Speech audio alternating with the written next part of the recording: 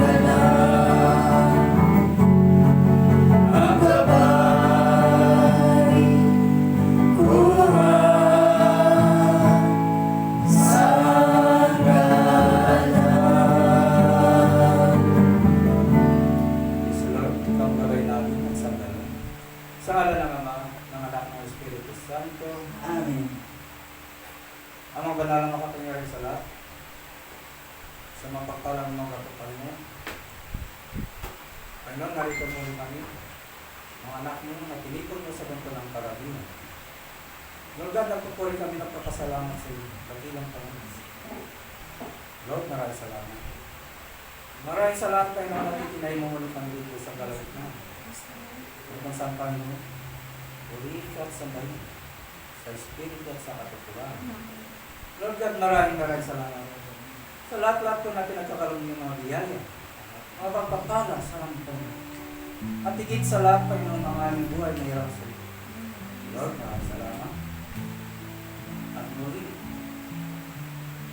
Purihin ka at sambahin dito sa inyong templo, Panginoon.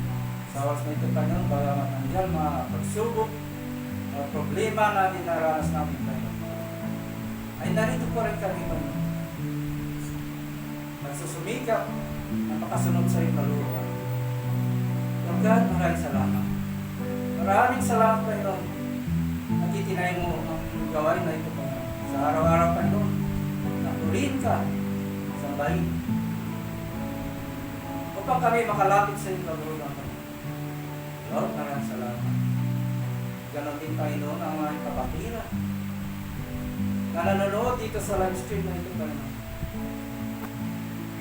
Nawa ang lahat ko nang nakapanood dito at nakarinig sa iyong mga balay, sa iyong mga salita, Panginoon. I-bless mo po, Panginoon. Gabayin niyo sila, Panginoon. Ganon din, Panginoon, ang aming spiritual director sa Tarlac, Panginoon, na si Reverend Father Melvin Castro. At lumahit gabay din niyo siya, Panginoon. Sa oras-oras, Panginoon, kung ano man ang kanyang gawain din sa Tarlac, Panginoon. Ikaw ang gawain niyo, Panginoon. Pagkaluban niyo ng kalakasan ng kanyang gawain. At lahat po ng mga elders, mga disciple, dito sa gawain na ito, Panginoon. Gabayan niyo po sila, Panginoon. At pagkaluban mo kami, Panginoon, ng malaking bilyon, upang kami ay magsama-sama ang bawat isa sa amin. Napurihin ka tuwing araw ng linggo, Panginoon. Panginoon, maraming salamat. Dahil wala kami magawa, Panginoon, kung wala ka sa aming puso. Lord God, lahat po ng ay kasakitan sa loob ng kanilang matahanan.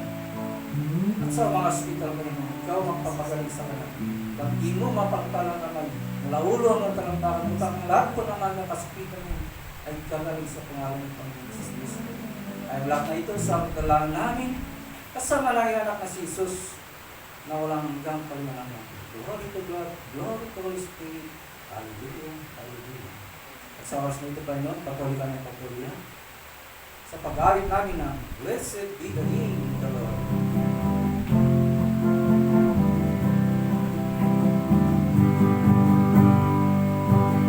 Blessed be the name of the Lord. He is worthy to be praised and adored. So we lift our holy and sing one accord, singing, blessed be the name, blessed be the name. Blessed be the name of the Lord. Worthy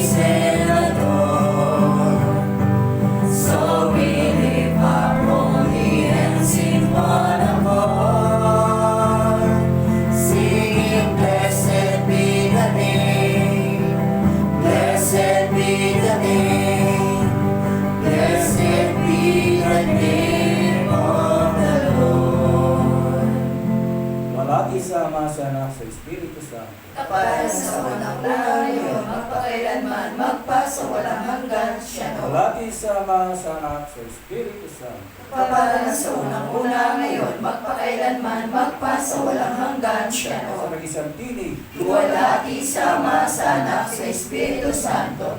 Kapag sa unang-una ngayon, magpakailanman, magpasawalang hanggan, siya no. Nakala ng Ama, ng Anak, ng Espiritu Santo. Amen. At kahit po, dadakot na tayo sa ating barangay. Pagkakalap natin kay Brother Tony Dacris.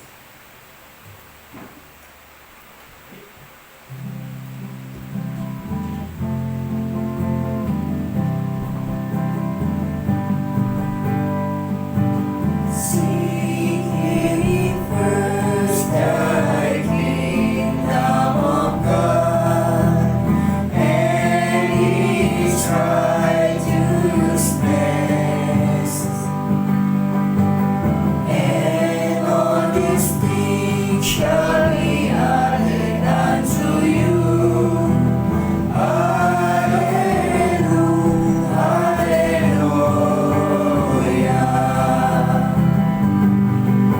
Seek ye first thy kingdom of God and His righteousness, and all these things shall be added unto you. Hallelujah, hallelujah.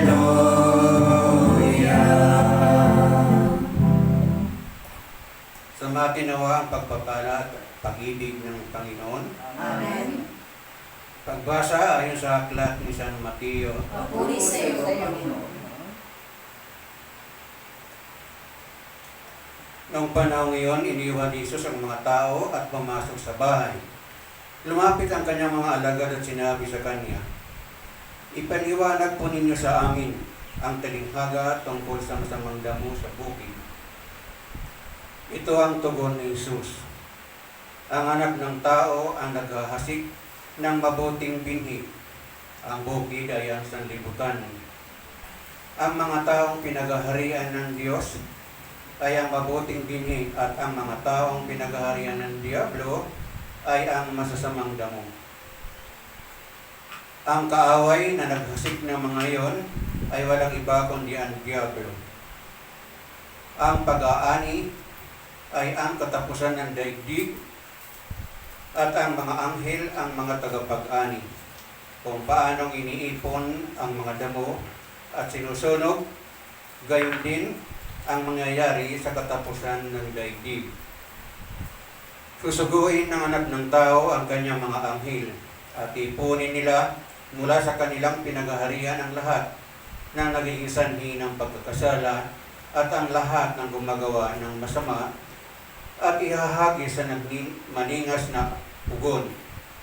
Doon magnanangis sila at magagalit ang kanilang ngipin at magliliwanag na parang araw ang mga matuwid sa kaharian ng kanilang Ama. Ang may pandinig ay makinig.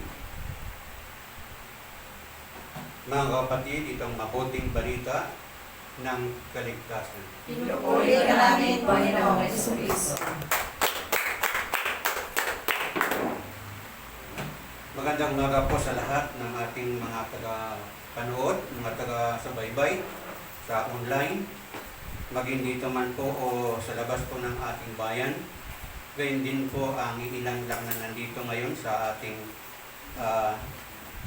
bahay na langinan. Sa magpagpalang umaga po sa inyong lahat, lalo na po sa ating elder na Sister Baby de Guzman.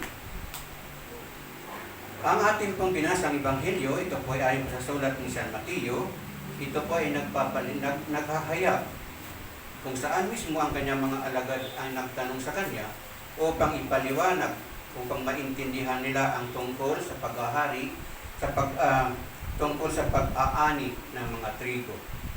Mapapansin po natin dito na sinasabi dito kanina na ang mabuting binhi, ang nangkasik ay walang iba pang niyang anak ng tao. At ang binhi na ang trigo ay kumakatawan sa mga tao at ang damo ay kumakatawan naman sa mga anak ng Diablo. Mapapansin po natin dito na sinabi pagdating ng araw, titipunin ng mga anghel, ang mga anghel ang mga tagapag-ani, titipunin ang mga gumawa ng mabuti at ang gumawa nagsigawa ng masama.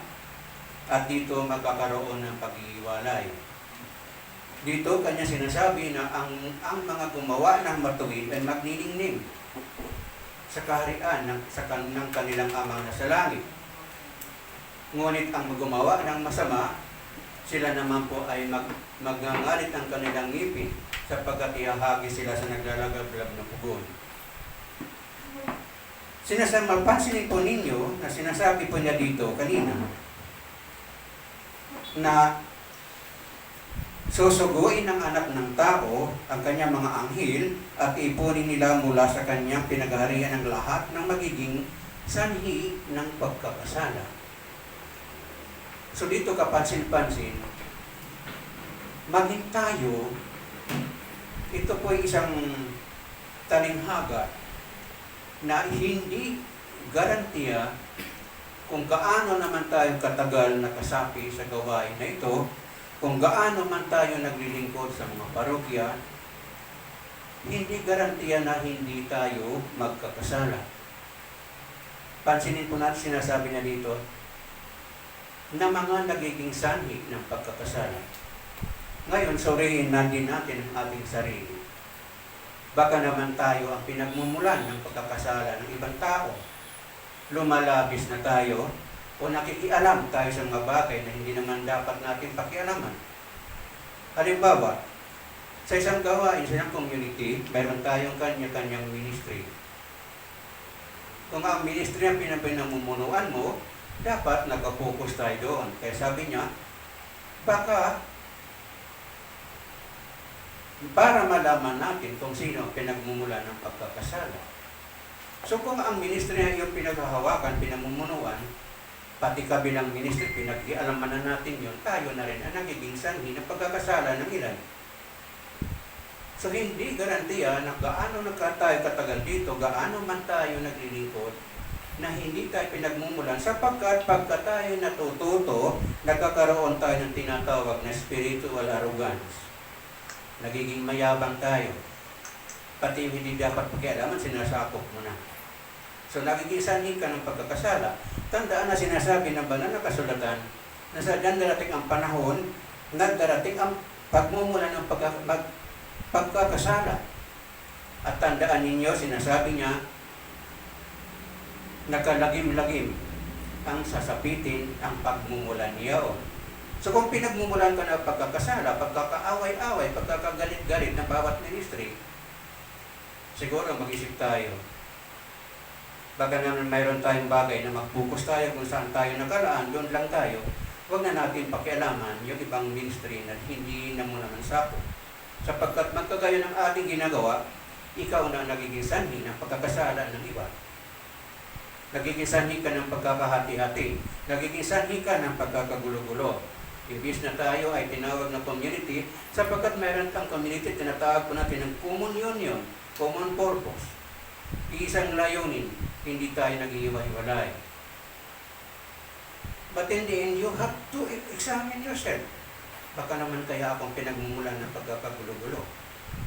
Nasa atin, suriin natin ang ating sarili. Sinasabi sa banal na aklat, suriin ang lahat ng bagay at gawin ninyo ang mabuti.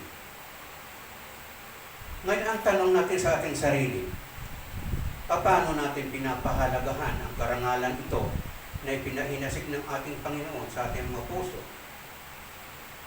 Hindi kaya umaabuso naman sa atin ng ilan? O kaya naman, binabaliwala ang lahat ng mga bagay nito na dapat mismo sa atin na mga naglilingkod o kasapi mismo ng pamayanan na ikaw mismo ang maging daluyan ng kabutihan ng paggawa ng mabuti ng iyong kapwa. Hindi yung ikaw ang nagiging dahilan upang ang tao ay magkasala upang sila ay mahiwalay at ganoon din sila magagawa ng pagkakasala ng dahil sa kagagawan, pakikialam mo sa hindi mo dapat pakialaman. Amen. Amen? So tayo ngayon ay hinahamon ng ating Ebanghelyo sa magitan po ng Panginoon sa Kristo na suriin natin ang ating buhay, ating ginagawa araw-araw. Tunay nga ba na tayo ay pinaghaharian ng Diyos, pinaghaharian ng Amang nasa langit? Tayo nga ba'y magniningning sa pagdating ng araw ng paghuhukom? O tayo kaya ay mapupunta sa kumukulong asopre? So habang may panahon pa na ipinagkakaloob sa atin na dapat din natin suriin, baka naman kaya ako na ang nagiging sanhi pagkasala ng aking kapwa. Ang katanungan ito ay napakahiwaga sapagkat minsan tayo po ay nagiging lumalabis tayo. Habang nagkakaroon tayo ng karunungan, nadaragdagan din naman yung ating spiritual arrogance na hindi dapat makita sa isang anak ng Diyos. Ang Diyos mismo nagpakita ng kababaang loob, ng tamang pagsunod kung anong sinabi, kaya nga sinasabi, "Thy will be done on earth as it is in heaven." Kung minsan lumalabis tayo doon, nakakalimutan natin yan. Lalo pag ang ating emosyon, apektado tayo, hindi na "Thy will be done on earth", kundi sa iyong sarili na lang. Wala ka nang pakialam. Kung meron kang masaktan, meron kang masarsaan, sapagkat ang emosyon mo, ang siyang pinaghaharian na ginagamit ng demonyo upang ikay magkaroon, magkasala, at pagmulan ka ng pagkasala ng ilan. So habang may panahon pa na binigay sa atin ng Panginoon, malakas pa tayo, maliwanag pa yung pag-iisip, siguro, marapat lamang na ating mismong bantayan ang ating sarili. Ano nga bang ginawa ko nung nakaraang buwan? Kahapon, ngayon, at sa darating. Ang lahat ng mga bagay na ito, tayo mismo makasasagot at tayo na rin mismo makapagbabago niyan, hindi ang ibang tao. Kung naunawaan natin kung paano na sinasabi nga, magniningning ang mga anak ng Diyos. Sapagkat, kung sino ang taong namumuhay sa kasalanan ay anak ng Diablo. So natural, pag anak ka ng Diablo, hindi ka magniningning, kundi doon ka sa kumukulong apoy. Kung gusto mo naman maging chicharon, pwede rin naman tayo doon. Pero kung gusto mong magliwanag ang iyong pagkatao, ang iyong kaluluwa, gumawa tayo ng mabuti. Pag na nating isipin kung anong mga bagay, nagagawa ka ng bagay, just because gusto kong maging ganito para bumalik sa akin, mapuna ako, makita ako ng mga ibang tao na magaling ako. Huwag na nating isipin yon. Ang Diyos na mismo ang bahala magsabi niyan kung mabuti man tayo o hindi. Basta kailangan suriin natin anuman ang sa kaparaanan na makaiwas tayo sa lahat ng pinagmumulan na nagpaparumi sa ating kaluluwa, higit lalo sa ating pagkatao. Magandang umaga. Sa pag-ibig po ng Diyos, ipagkaloob po natin sa inyo ang ating pong mensahero sa araw na ito, Sister Bibi de Guzman.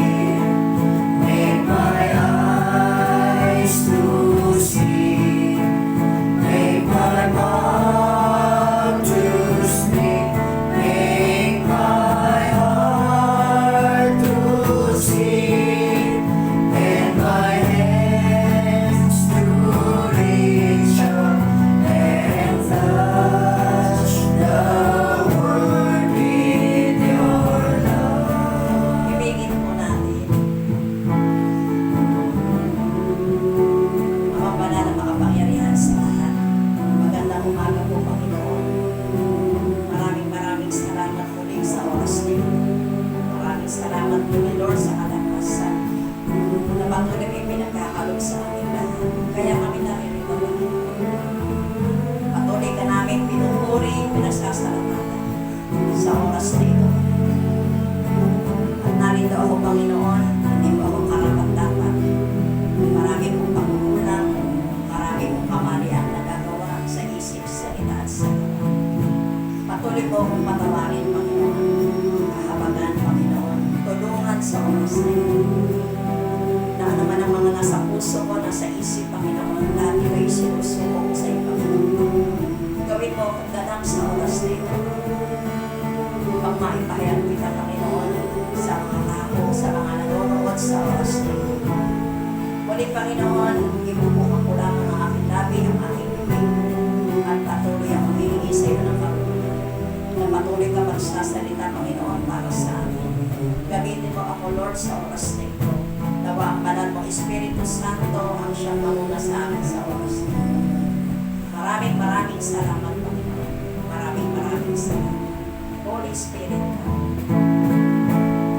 Holy Spirit, come, make my ears to hear, make my eyes to see, make my mouth to speak, make my heart to sing, and my hands to reach out and touch the work in your love.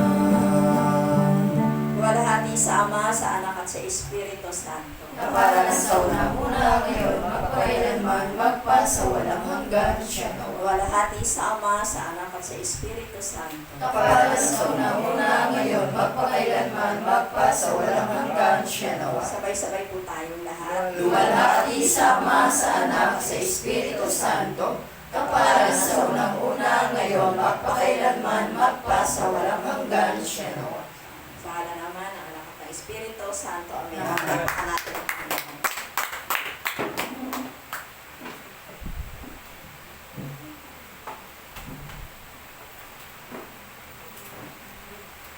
Una po, isang magandang umaga sa ating Panginoon, sa ating mahal na Inang Birhen, sa kabanal-banal ng Espiritu Santo, sa inyo pong lahat na narito ngayon. Ganon din po sa lahat ng nanonood ngayon. Magandang umaga po sa inyo, sa lahat po ng lugar, sa mga outreach, sa lahat ng grupo. Magandang umaga po sa inyo, lahat ng nanonood ngayon. Sister Leonie, magandang umaga po. Sister Helen, magandang umaga po sa inyong lahat. Yan, sa Taksang Mateo Montalban, sa Cavite, sa Tarlac. Lahat po ng nanonood, binabati po namin kayo. Isang maulang umaga po sa inyo. Palakpakan natin. Hello. Hi. Hi. Hello. Buti na lang, mahigit tayo sa 10.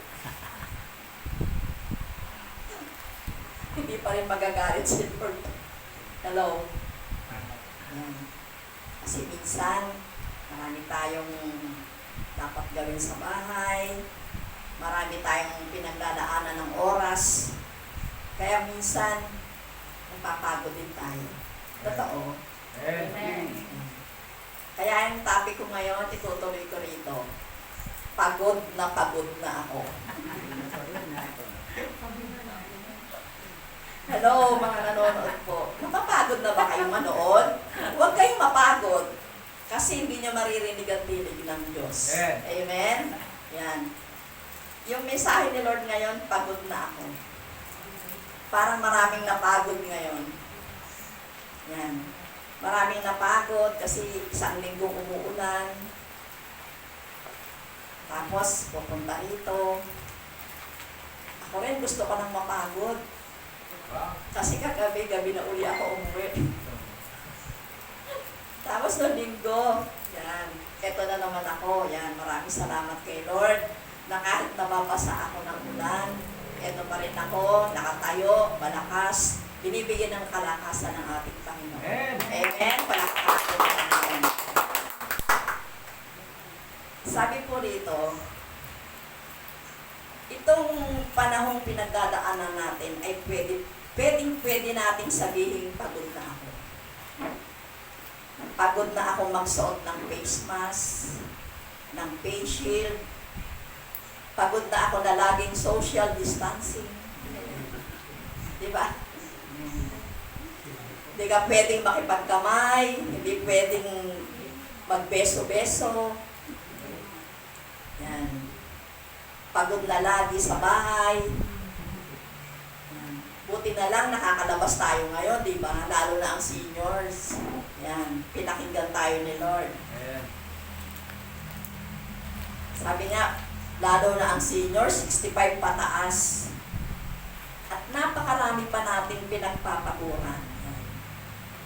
Ang mga estudyante, pagod na at ayaw na mag-aral. Yung iba, di ba, huminto. Kasi sa online, maraming huminto, di ba? Lalo-lalo na yung walang internet, di ba? Yan.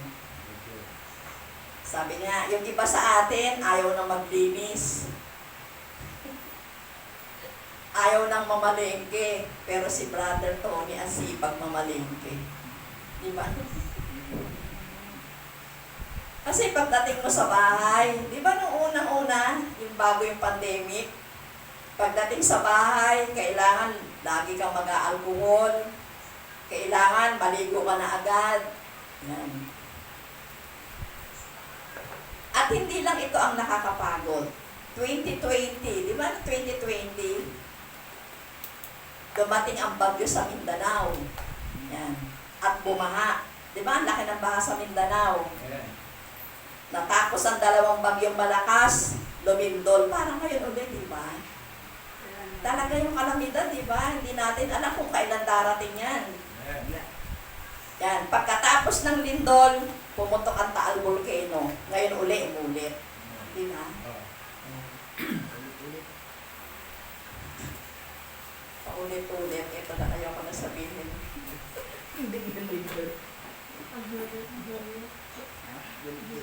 Hindi pa natatapos ang problema sa lindol. Ito na yung si coronavirus, di ba? Hanggang ngayon, nandito pa rin. May bonus pa. Nung una, B117, ngayon may Delta Alpha pa, di ba? Ang lupit, di ba?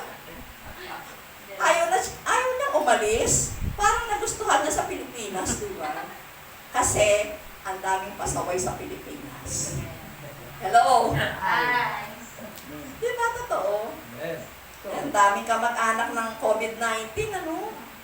Sabi nga, mas grabe ngayon. Buti na lang ang mga anak ng Diyos. Lagi inililigtas ng ating Panginoon. Kahit wala pang bakuna yan, iniingatan ng Diyos yan. Pero magpapabakuna na yan. Unti-unti nang lumalambot ang ulo niya. Sabi ni Sister, ako na naman yung pinapatawa. Hanggang pinagpapakabakuna yan. Bobombahin ko yan ang bobo. Ang gaganda na nga ng ano natin, vaccine ngayon. Johnson & Johnson, biro mo. Umiiwas nga yan. Umiiwas pa. Ay, bakuna raw ang umiiwas. Saler. Sabi nga ng iba, nakakapagod ng magpa-quarantine, di ba?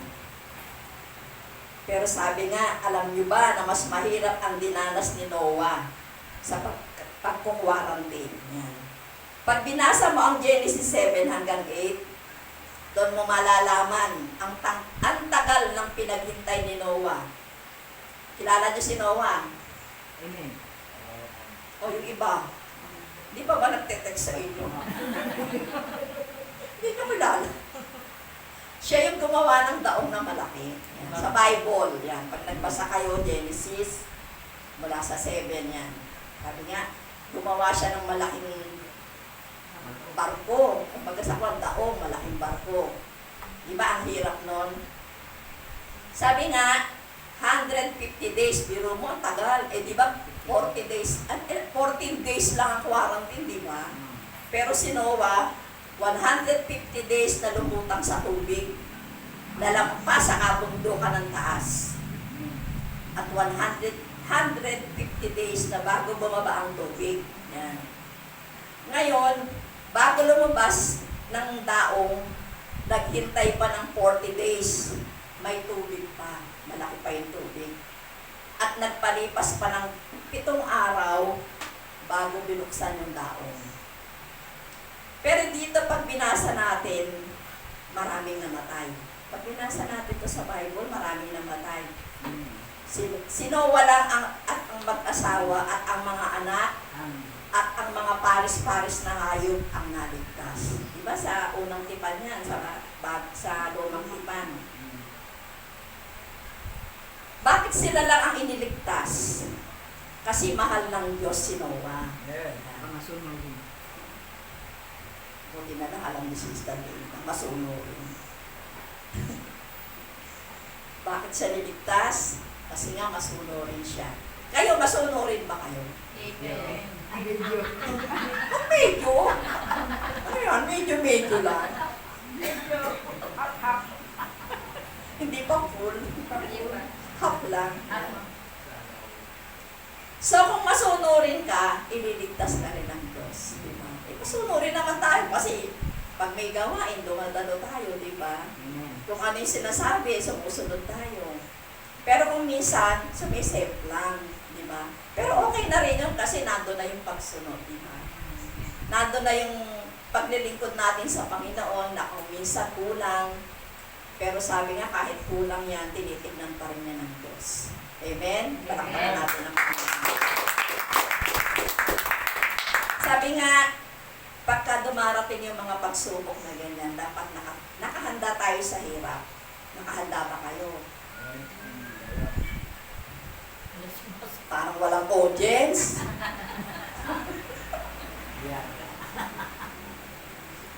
Nagwelga. Biwelga ba ng jeep? Napagod. Talagang napapagod din ang mga anak ng Diyos dito. Lalo na isang linggo umuulan. Yan. Sabi nga dapat nakahanda tayo sa hirap. Number 1, be healthy as you can. Yan. Kailangan tayo ay malusog hanggang kaya natin. Yan. Sabi sa Matthew 26:41, magpuyat kayo at manalangin upang kayo'y huwag madaig ng tukso. Ang espirito'y nakahanda, ngunit mahina ang laman. Ang salita ng Diyos. Sabi nga, kailangan meron tayong malusog na pamumuhay. Yan. Napaka-importante na kapag dumarating ang hirap ng loob, problema, mga sakit ng buhay, tayo ay malusog. Na kaya ng ating katawan ang kabigatan na ito. Amen. Kaya nga tayo pinapanday ni Lord. Yung pag-aten-aten natin ang gawain ng Panginoon, pampalakas to. Pampalakas ng kaluluwa, pampalakas ng katawan, pampalakas ng isip. Kaya pag umaaten ka ng gawain, lumulusog ka. Lumulusog ang espiritu mo. Hindi payat. Hindi nangangalunto yung espiritu mo. Kaya pag umaatin ka, nanonood ka, tumataba ang espiritu mo. Amen. Pero kung hindi ka umaatin sa mga gawain, wala. Maiiwan ka, mangangayayat ka sa problema, sa inis. Kaya kailangan malusog ang ating katawan. Malusog ba kayo? Amen. Totoo. Amen. Nga, nakakakanta nga kayo, di ba? Tumutong-tong pa kayo sa silya, di ba? Para maabot yung nota. Pero in fairness ha, nag-i-improve na kayo ha. Di ba? Mag-aral kayo mabuti. Baka iwanan na kayo ng ate Arlene nyo. Yan. Hindi pa. Nire-ready niya na kayo, kaya patuloy niya kayong pinapractice. Yan. Para masanay. Kasi ang mga choir, kailangan sa boses pa lang. Pagka kumanta na kayo, doon na nabe-bless na yung mga tao. Amen. Kaya kailangan yung mga choir, behave yan. Behave ba kayo? Hindi. Ba't ayaw sa kabot? Parang hindi behave. Parang ano, umaalagwa pa rin. Okay lang. Kasi habang tumatagal ang panahon, patuloy kayong babaguhin ng Diyos. Amen. Amen. Yan na, kailangan malusog. Pati ang espiritu malusog. Pangalawa, save as much as you can. Yan. Pag sinabi natin to, sasabihin nyo na naman, ano ba si Sister Baby? Magtatapik na naman ng money. Yan. Hindi, ibig sabihin, meron kang naipon, di ba? Meron kang naitabi. Meron kang naisubi kahit papano. Kawikaan 6 hanggang 8. Tingnan mo yaong langgam, ikaw taong ubod ng tamad. Pamumuhay niya'y masdan mo at nang ikaw ay mamulat. Kahit siya'y walang punong sa kanila'y nag-uutos, walang tagapamahala o tagawasin na sinusunod, ngunit nag-iimbak ng pagkain sa tag-araw. Kailangay iniipon kung panahon ng tag-ulan. Ang salita ng Diyos. Salamat. Sabi sa Kawikaan 31:25, marangal at kapita-pitagan ang kanyang kaanyuan at wala siyang pangamba sa bukas na darating. Ang salita ng Diyos. Palakpakan natin ang Panginoon. Sabi niya, ano ang pwede nating pagtawanan pag dumadating yung panahon ngayon, yung mga nakalipas, pero mo 1 taong mahigit. Diba? Ang daming nawalan ng trabaho.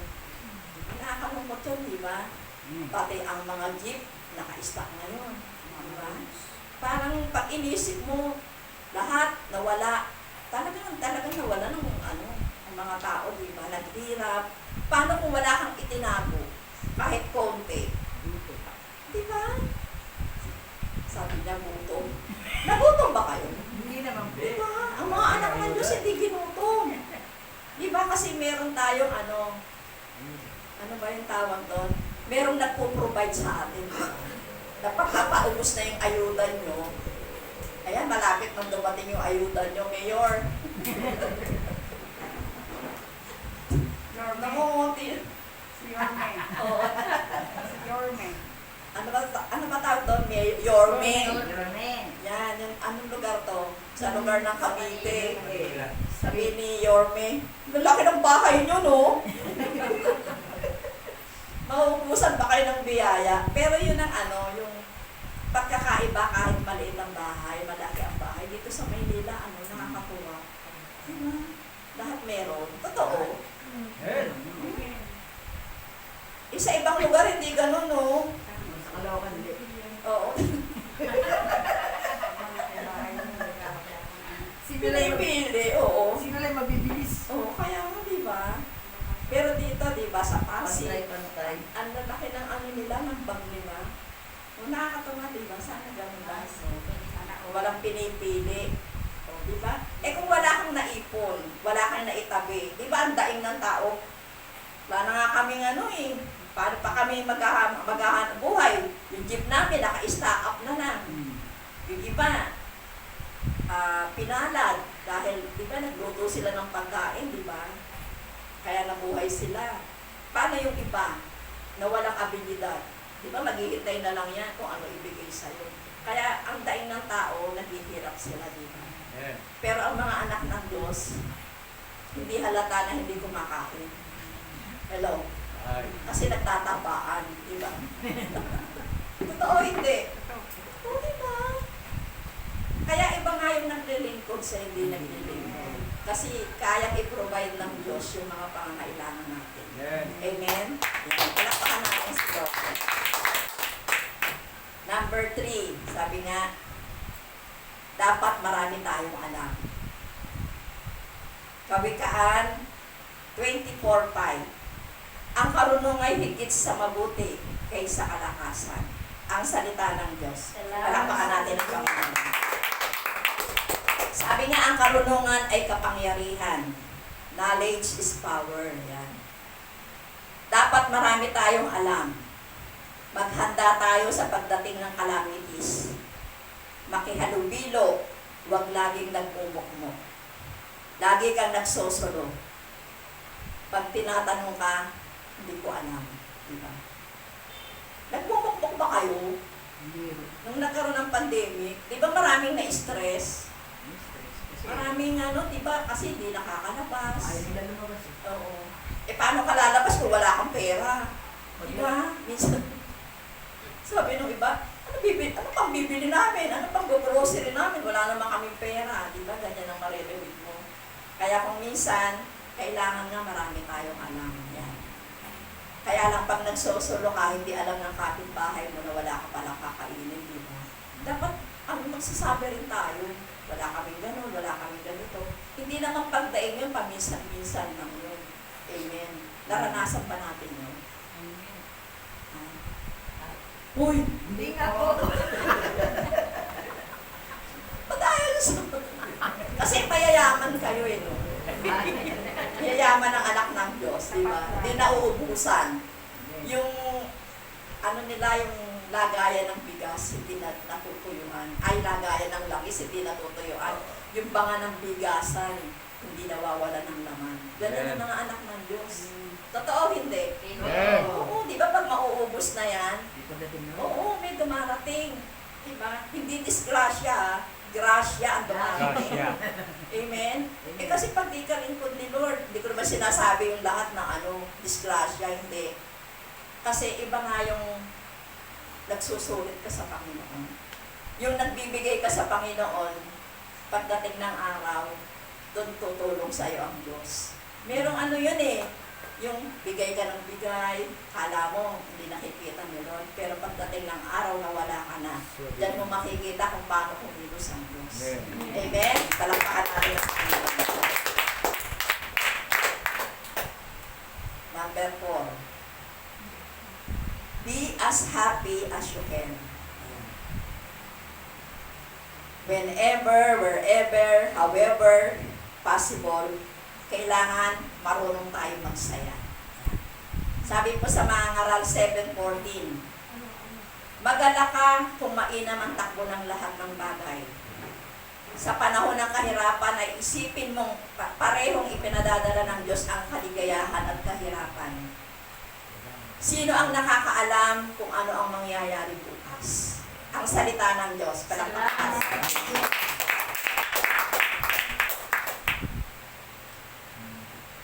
Kapag may kasiyahan, makisaya tayo. Diba, minsan ang saya-saya natin, diba? Konting kwentuhan lang, halak-hakan, diba?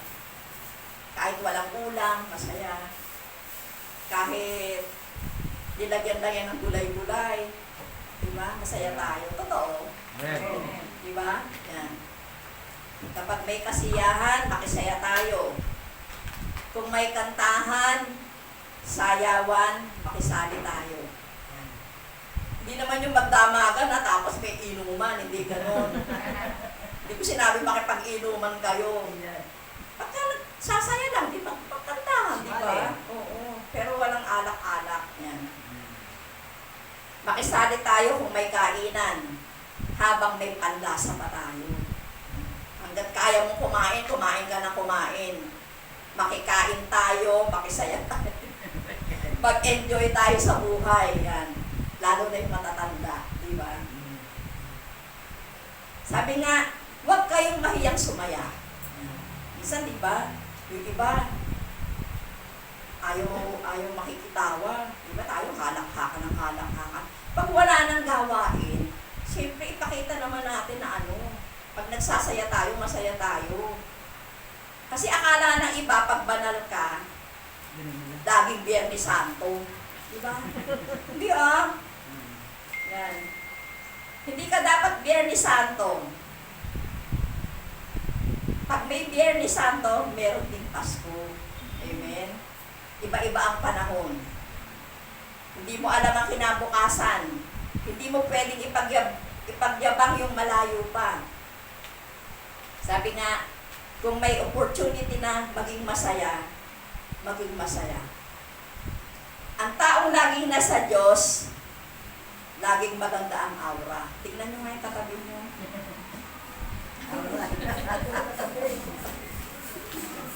Laging maganda ang itsura at ang aura, di ba? Pag nasa Diyos ka, yan. Ang mahal na birhen, kahit malungkot, kahit umiiyak, Totoo ba yun? Amen. Di ba? Wala kang makikitang larawan ng mahal na birhen na pangit. Lahat ng anyo ng mahal na birhen maganda. Kahit hapis na hapis pa yan, maganda pa rin ang mukha. Dapat ganun tayo. Na kahit maraming problema, hindi maahalata. Ako, halataan niyo ba marami akong problema? Di ba? Wala kang kapatid. Marami akong problema. Sa totoo lang. Oo. Gusto niyo isa-isahin ko? Yoko nga. Secret, walang clue. Yan. Diba? Kasi kailangan ng problema, hindi mo iniinda yan. Ibibigay mo yan sa Diyos. Amen. Kailangan maging masaya lang tayo habang naglilingkod tayo sa Panginoon. Amen? Palakpakan natin. Sabi po rito, ipahayag mo yung ikaw, yung totoong ikaw. Express yourself. Sabi nga, huwag mong itago ang kasalanan. Huwag mong itago ang sakit. Huwag mong itago ang, ano ba yung sorrow? Kalungkutan, di ba? Huwag mong itago. Disappointment, frustration, anger to yourself. Yan. At kung may kasalanan ka, mag-confess ka sa Diyos. Mangumpisal ka. Mangumpisal ka sa mga taong nagawan mo ng masama. Dapat pala ganun, ano? Nakatingin ako kay Sister Linda. Bakit kaya? Yan. Sabi nga, kung meron tayong dinadalang mabibigat at kung ano-anong lihim, magsabi tayo sa mga pinagkakatiwalaan nating kaibigan at mga kamag-anak. Sabihin natin, may problema ka, di ba? Sabihin mo, kailangan kasi ang isang problemang mabigat, meron kang pinagsasabihan yan. Hindi pwedeng sinasarili mo yan kasi baka mamaya hindi mo kaya. Pag hindi mo na kaya, ano gagawin mo? Maglalaslas ka ng pulso, magbibigti ka. Di ba? Ganyan ngayon. Sa hirap ng buhay, di ba ang daming nagpakamahal? Sa totoo lang yun, ha? Mga estudyante nga, di ba? Hindi lang nakaya yung kanilang pag-aaral, di ba? Ginawa ka sa nila yung buhay nila. Kasi iba yung panahon natin sa panahon noon. Kasi talagang depressed ang mga tao. Lalo na pag wala. Wala kang dudukunin sa bulsa mo. Wala kang pagkain sa hapag ng mesa mo. Bakit ka hindi mali-depress? Diba? Pero kung naglilingkod ka sa Panginoon, merong tutulong sa'yo na isang hindi mo nakikita, pero napakalakas na ibinibigay ng tulong sa atin. Amen. Kaya kailangan meron tayong nasasabihan. Masasabihin nyo, ayoko nga, mami, i-chismis pa ako. Diba? Minsan ganun ang takot natin pag nagsabi tayo ng problema. Mandar agad yung utak mo. Ano nga, baka mami, pagsabi pa nito. Ano ko ipagsabi? Malay mo yung pagsabihan, ipanalangin mo. Makatulong. Diba? Makatulong. Oo, makatulong sa, may problema ba siya? Kasi hindi naman nagsasalita yan Di ba? Minsan hindi tayo nagsasalita. Ang dami na pala, tambak na pala, sangkaterba na pala. Hindi natin sinasabi sa iba kasi natatakot tayo, nahihiya tayo. Baka sabihin, humihingi lang tayo ng tulong. Kailangan mo nang humingi ng tulong. Una sa Diyos, pangalawa sa kapwa. Amen? Ganun lang yun. Kailangan may pinagsasabihan. Sabi nga, kailangan inaalis natin yung maskara natin. Alisin natin ang ating mga maskara para makita yung tunay na ikaw. May maskara ba kayo? Tingnan mo, katabi nyo, baka may maskara ng Spider-Man yan. O, diba? Baka kung ano-ano yung tago natin, diba? Kailangan makita yung tunay na tayo. Huwag kayong mahiya sabihin yung totoo. Diba? Kaya yung isa dyan, diba, nahiya magsabi, naglakad. Kaya nga huwag tayong mahiya. Kung wala talaga, diba? Bakit ka mahihiya? Yan.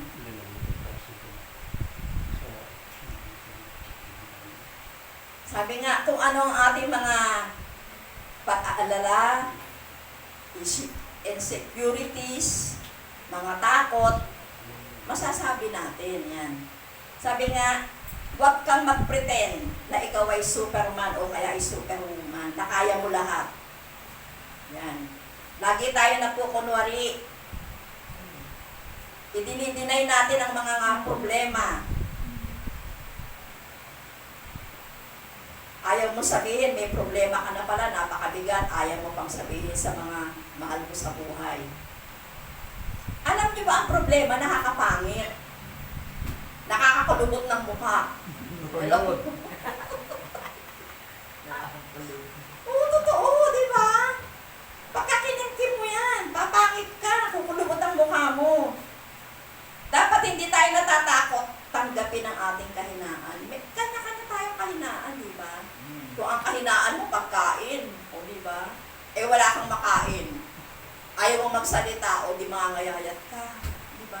Kailangan nagsasabi tayo. Huwag kang mag-pretend na marami kang pagkain, pero wala naman. Ay, gusto mo ba ng sinigang? Hindi, may pagkain kami, thank you. Pero wala pala, di ba? Kahit lalaki mo, wala ka, no? Huwag tayo mag-pretend na minsan wala talaga. Sabihin mo yung totoo, malay mo. Di ba yung mga na social media, yung mga nagtitinda, di ba? Tapos tumutulong sila. Wala na nga, tumutulong pa. Ano nangyari? Di ba? Dinagsa sila ng tulong. Di ba? Pinakita nila yung nag-aabot sila, naghahanda sila kahit konti. Di ba yung nagbabike na Di ba? Pinakita niya na kaya niya pa rin magbigay kahit kung walang-wala siya. Ano nangyari, di ba? Ang balik sa kanya, sobra-sobra. Siksik, biglig, umaapaw pa. Eh kung lihim ka ng lihim, ano babalik sa'yo? Sama ng loob. Di ba? Huwag niyong ilihim yung inyong pagkatao. Kasi minsan kahit ilihim natin, pag nahalongkat yung pagkatao mo, mas masakit yung tatanggapin mo. Eh at least alam mo kung ano man yung tinatago mo na isabi mo na. Minsan nagsishare tayo, di ba? Ako nga nagsishare ako di ba? Na-share ko na to Meron akong anak na nagkamali. Di ba? Di ba nagkaanak? Yung alaga ko ngayon, malaki na. Totoo to, mga nanonood. Dumating yung oras na, kasi nagalit ang mga anak ko, ayaw siya tulungan. Totoo to. Walang gustong tumulong. Siyempre, wala kang pampers, wala kang gatas, wala lahat. Alam niyo ba na, nag-pilgrimage kami sa Obando, Bulacan. Itong simbahan yun, puro Mama Mary yung pupuntahan namin. Alam niyo sa Obando, di ba sumasayaw? Nandun kami sa harapan. Pati pare sumasayaw Alam niyo, nasa isip ko, yung apo ko, wala lahat, walang gamit. Kasi ayaw magbigay yung anak ko Yung isa kong anak na medyo gusto siyang bigyan, nagalit. Alam niyo, sumasayaw ako, ang hawak ko. Hindi, ito totoo to hindi ka bastusan. Ang hawak ko, yung dede ko. Sabi nila, huy, ba't ganyan ka sumasayaw? Sabi nila, pinong-pino. Sayaw ako na sayaw, wala akong pakialam. Hindi talaga, ganun talaga pag nag-aano ka kay Lord.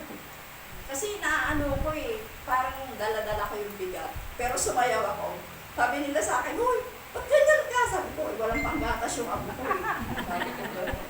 Walang pampers, sabi ko ganyan. Walang vitamins, walang mga damit. Tapos alam nyo, ilang araw lang. Di ba tapos na yung pilgrimage? Uwi na kami. Ilang araw lang. Ito na yung anak ko, tumawag na sa akin. Nay, sabi niya, wag ka na nga mag-alala dyan. Sabi niya, sige, padadala na kita lahat, kompleto. Di ba? Yan ang silos pag umigos. Di ba? Kaya yun, hindi ko mga nakakalimutan yung mga biyaya ng Diyos na ibinigay sa akin. Na pag dumaing ka sa Kanya, sa simpleng bagay, na sumayaw lang ako Wala sa isip ko yun na nakakahiya. Hindi, sumayaw talaga ako. Si Father nga, nasa tabi namin sumasayaw yung pari ng Obando, Bulacan. Sumasayaw siya, sumayaw din ako. Pinagtawanan nga ako ng mga sister. Kila Sister Cora, pinagtawanan ako niya. Kasi meron pa nagsayaw na gano'n ng hawak mo din. Pero pag kumilos pala ang Diyos, simpleng sayaw lang yun. Pero ipinagkaloob ng Diyos ang lahat ng pangangailangan. Amen. Amen? Kaya dapat, sinasabi natin, yung ating mga hinaing, hindi naman komodo maing ka sa isang kapatiran, dadaing ka na lang ng dadaing. Paminsan-minsan lang yun, wag araw-araw, kasi magtatago yan. Hello? Diba? Hindi pwedeng ganon. Paminsan-minsan, dumaing ka, at kung meron siya, binigyan ka, ibig salamat. Ganon lang yun. Kailangan meron tayo napapagsabihan. Kaya sabi ko sa inyo, dapat hindi tayo natatakot tanggapin ang ating kahinaan.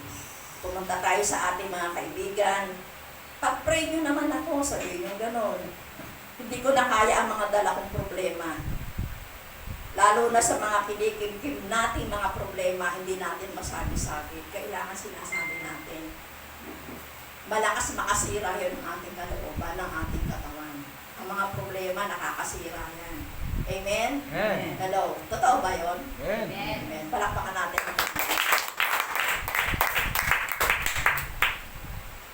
Awit 32, 3 hanggang 5. Noong hindi ko pa naipapahayag, yaring kasalanan, sa buong maghapon, ako'y nanangis sa matinding lumbay. Sa araw at gabi, bigat ng kamay mo ang nararamdaman. Ano pat wala nang nalalabi akong lakas sa aking katawan. Hamog ang kaparis, nadakli ang natuyo sa sikat ng araw. Ako'y lumapit sa iyong harapan at salay inamin. Ang aking ginawang mga pagsalangsang, di ko inilihim. Pinagpasyahan kong lahat ng ito ay sa iyo idaing. At ang aking natamo, ang iyong patawad sa sala kong angkin. Ang salita ng Diyos. Salamat sa Diyos. Diba?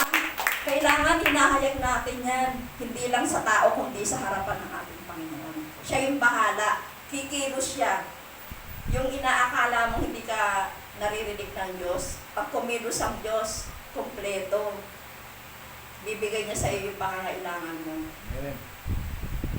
Sabi nga po, napakahalaga na tayo ay laging humihingi ng tawad sa Diyos o sa ating kapwa. Dahil napakabigat dalhin. Nakakapagod magkimkim ng sakit ng loob. Meron ba kayong kinikimkim yan? Heather, Wala na. wala na, totoo. Amen. Wala kayong kinikimkim na sama ng loob. Baka meron na. Sabi nga, may pandemic na, naghihinanakit ka pa sa iba. Reklamo ka ng reklamo. Pag naglilingkod ka sa Diyos, magtrabaho ka lang. Baka tayo ay trabahador ng Diyos. At pagdating ng araw, kanya-kanya tayong sulit sa Diyos. Ano isusulit mo sa Diyos? Ang hinanakit mo? Bakit sila ganoon? Ganito? Yan, di ba? Minsan ganyan tayo. Bakit sila ganoon? Sana itinatanong din natin sa Diyos, Lord, bakit ba ako ganito? Ang dami kong inis. Lord, bakit ba ako mainisin? Yan. Dapat tinatanong natin kay Lord. Sister Rita, dapat tinatanong mo kay Lord yun. Wala ang sagot. Natatawa sila. Oy, para sa lahat to ha, hindi lang para sa'yo. Yan. Ang dami kong inis. Yan. Kasi, ganun ba mga senior? Siguro. Ba't ako senior, hindi naman ako mainisin. Depende. Depende. Dapat inaalis na natin yun. Ang dami kong inis. Kasi hindi ako pinagbigyan, nakausap ko. Kaya nga sabi, bang may itanong kung bakit. Diba? Yung topic, ay yung ano ni Brother Tony kanina, di ba? Minsan, sabi nga niya, di ba? Tayo yung pinagmumulan. Na kaya yung iba, nagalit, naiinis. Kasi minsan hindi na nga natin alam yun eh. Dahil minsan natatabingan na tayo ng pagkainis. Amen. Pero kung magbubulay-bulay tayo, magninilay-pilay tayo, sa gabi, bago ka matulog, Lord, kanino ba ako nainis ng araw na to? Tatanong tayo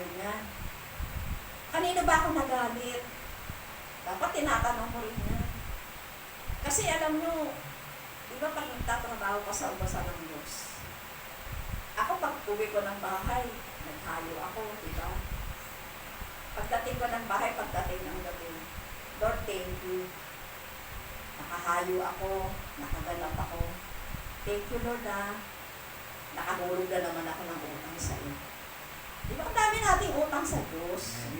Yung lakas mo, utang mo yan kay Lord, hanggang ngayon binibigay pa. O bakit ka naiinis? O bakit ka nagagalit? Di ba? Dapat, pag nagpapasalamat ka kay Lord, Lord, sorry, nainis na naman ako. Nagalit na naman ako. Meron isang kapatiran, nainis ako. Hingi mo ng tawad kay Lord, Lord. Dapat ganun tayo, di ba? Amen. Baka nakasama ako ng kalooban ng aking kapwa sa pagsasalita ko. Sabi ko nga, Lord, nagsalita ako kanina. Baka may nainis sa akin. Sorry, Lord, Sabi mo, sabihin namin yung katotohanan at ang katotohanan na magpapalaya sa amin. Amen. Amen. Ganun lang yun. Lagi ka hihingi ng tawad kay Lord. Hindi ko mo tumatayo ka na sa harapan, wala ka ng pagkakamali. Hindi ko mo tumatayo ka rito, wala ka ng pagkukulang. Minsan kung sino yung tumatayo rito, yun ang tinitira ng kalaban. Amen. Amen. Bibigyan ka ng maraming problema, maraming pagsubok. Kaya nga sabi ko sa inyo hindi lang kayo ang may pagsubok, ako marami. Amen. Pero pinatatatag lang ako ng Diyos. Pinalalakas lang ako ng Diyos. Amen. Amen. Kasi gusto ko makapaglingkod sa Kanya. Gusto kong maging totoo sa harapan niya. Kahit marami kong pagkukulang sa Kanya. Gusto kong maging totoo sa Kanya harapan. Amen. Amen? Amen. Palakpakan natin siya. Sister Linda, huwag ka magagalit sa akin. Hindi yun. Pero kami nagtatampo ka sa akin. Hindi ako itatampo. Alam mo, inihilig pa nga rin. Masaya raw pag kayo. Diba? Kasi gusto ko, alam ko naman, habang nakakarinig si Sister Linda, ano yan kasi kung ang ugali niya, minsan di ba nakasanayan na natin. Minsan meron tayong ugali pero nakasanayan na natin. Parang ano lang sa kanya yan, kumbaga sa pagsasalita, bulaklak ng dila. Pero kailangan ano yan unti-unti natin ibababa yan. Amen. Ako derechahan ako, di ba? Hindi ako malihim Ayoko na naglilihim ako kasi pagtalikod ko, sasabihin ko, si Sister Linda, nakakainis yan, di ba? Kasi ganun yung iba, di ba? Sabi ko, pakisamahan nyo lang siya. Kung may nakikita kayong pangit, suklian nyo ng maganda. Ganun na susi. Hindi yung pag nainis yung kapatid natin, susuklian mo rin ang pakinis. Kainisan. Di ba? Oo. Kasabihin, baba na nga tayo. Ingay niya. Bumabaksak yung mga takip ng kaldera. Naririnig ako. O diba?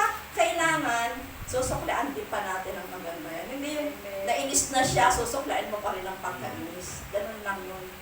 Pero pagdating ng araw, minsan, papakita dyan si Lord. Tatapikin ni Lord. Hoy, Linda.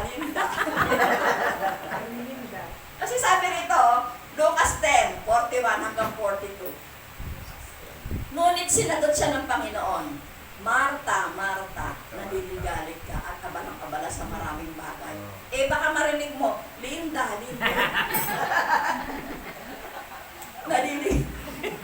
Naliligalig ka at abalang-abala sa maraming bagay. Kasi minsan pagod na siya.